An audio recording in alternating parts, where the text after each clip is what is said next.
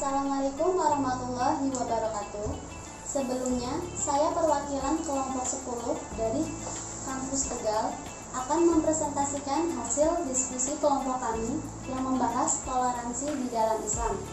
Kelompok kami beranggotakan saya sendiri, Khairunisa dengan NIM 12170499, yang kedua Faradina Aminda dengan NIM 12170187, yang ketiga Hanun Nurfadila dengan NIM 12172344, dan yang terakhir Firdah Haris Silva dengan NIM 12174457. Berikut ini penjelasannya.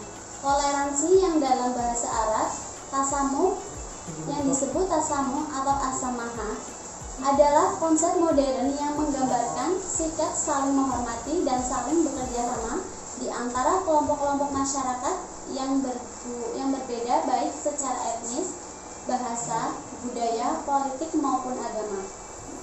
Toleransi karena itu merupakan konsep agung dan mulia yang sepenuhnya menjadi bagian organik dari ajaran-ajaran agama termasuk agama Islam. Toleransi Islam menurut Qardawi berakar pada 4 prinsip. Yang pertama yaitu prinsip keagamaan atau pluralitas al-ta'adudiyah. Keragaman sejatinya merupakan watak alam dan bagian dari sunahullah. Orang muslim,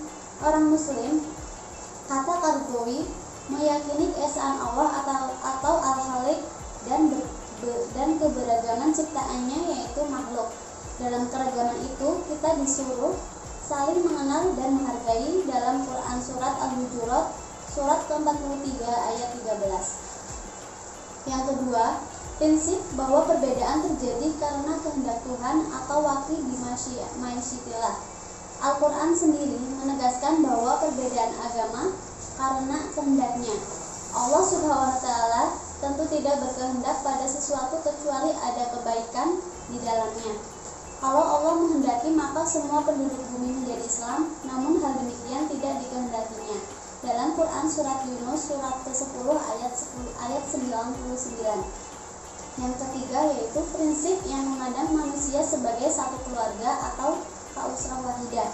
Semua orang dari sisi penciptaan kembali kepada satu Tuhan, yaitu Allah Subhanahu wa taala. Dan dari sisi nasab keturunan ia kembali kepada satu asal atau bapa, yaitu Nabi Adam alaihissalam. Pesan ini terbaca dengan jelas dalam surah An-Nisa ayat 1 dan dalam deklarasi Nabi SAW yang amat mengesankan pada Haji Wada. Keempat, prinsip kemuliaan manusia dari sisi kemanusiaannya atau takrim al-insan di insiniyatiyah.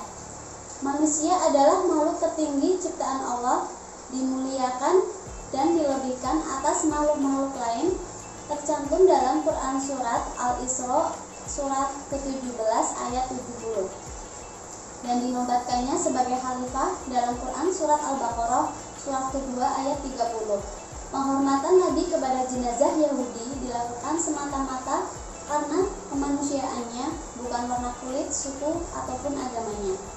Toleransi Islam diajarkan dalam konteks sosial, bukan vertikal, dengan satu tujuan, yaitu mewujudkan rasa aman dan damai. Dalam Quran surat Al-Quraisy surat ke-106 ayat 3-4.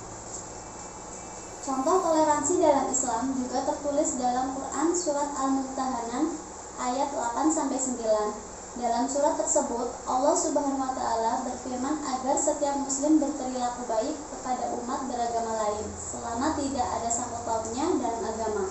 Hal ini menjelaskan bagaimana batasan toleransi dalam Islam, yang artinya Allah tidak melarang kamu berbuat baik dan berlaku adil terhadap orang-orang yang tidak memerangimu dalam urusan agama dan tidak mengusir kamu dari kampung halamanmu. Dan sesungguhnya Allah mencintai orang-orang yang berlaku adil.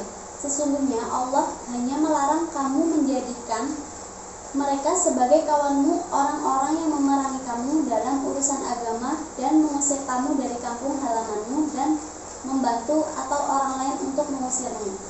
Barang siapa menjadikan mereka sebagai kawan, mereka itulah orang-orang yang zalim. Selain itu, dalam Quran surat Al-Luqman ayat 15, Allah Subhanahu wa taala berfirman mengenai tetap berperilaku baik kepada keluarga atau saudara non-Islam, walaupun mereka sempat mengajak untuk mempersekutukan Allah Subhanahu wa taala. Yang artinya, dan jika keduanya memaksamu untuk mempersekutukan aku dengan sesuatu yang tidak mempunyai ilmu tentang itu, maka janganlah engkau mentaati keduanya, dan pergaulilah keduanya di dunia dengan baik, dan ikutilah jalan orang yang kembali kepadaku. Kemudian hanya kepadaku tempat kembalimu, maka akan aku beritahukan kepadamu apa yang telah kamu kerjakan. Islam juga menjelaskan tentang hukum larangan turut campur dalam perayaan non-muslim. Ibnul Qayyim rahimahullah berkata, tidak boleh kaum seorang muslimin menghadiri perayaan non-muslim dengan sepakat para ulama.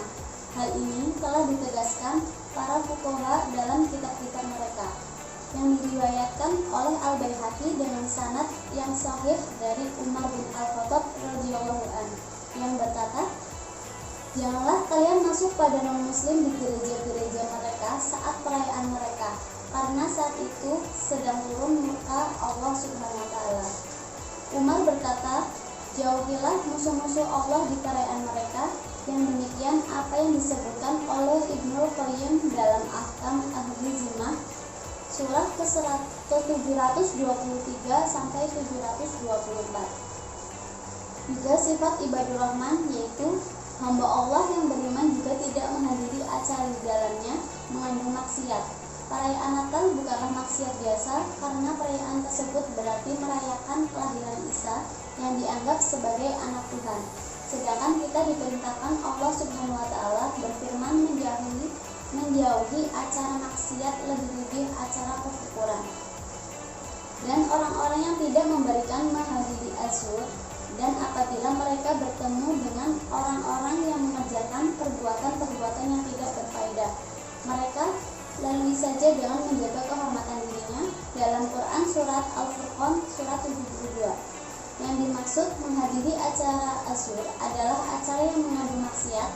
Jadi jika sampai ada kiai atau keturunan kiai yang menghadiri misa Natal, itu suatu musibah dan bencana. Sekian presentasi dari kelompok kami. Apabila ada kesalahan, mohon dimaafkan yang sebesar-besarnya. Wabillahi taufiq wal hidayah. Wassalamualaikum warahmatullahi wabarakatuh.